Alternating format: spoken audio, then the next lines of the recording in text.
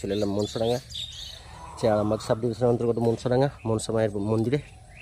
আর সেই মন্দির দেখতে পাচ্ছেন, মন্দিরে প্রবেশপথ, চারদিকে সুন্দর ঘরবাড়ি রয়েছে, তার মধ্যে এই মনসা মায়ের মন্দিরে প্রবেশ করলাম। আর এই যে বিখ্যাত সেই বলি হয়, যে বলি স্থান এটা। আর চারদিকে মাটির বাড়ি দেখতে পাচ্ছেন, দুর্দান্ত মাটির ঘরগুলো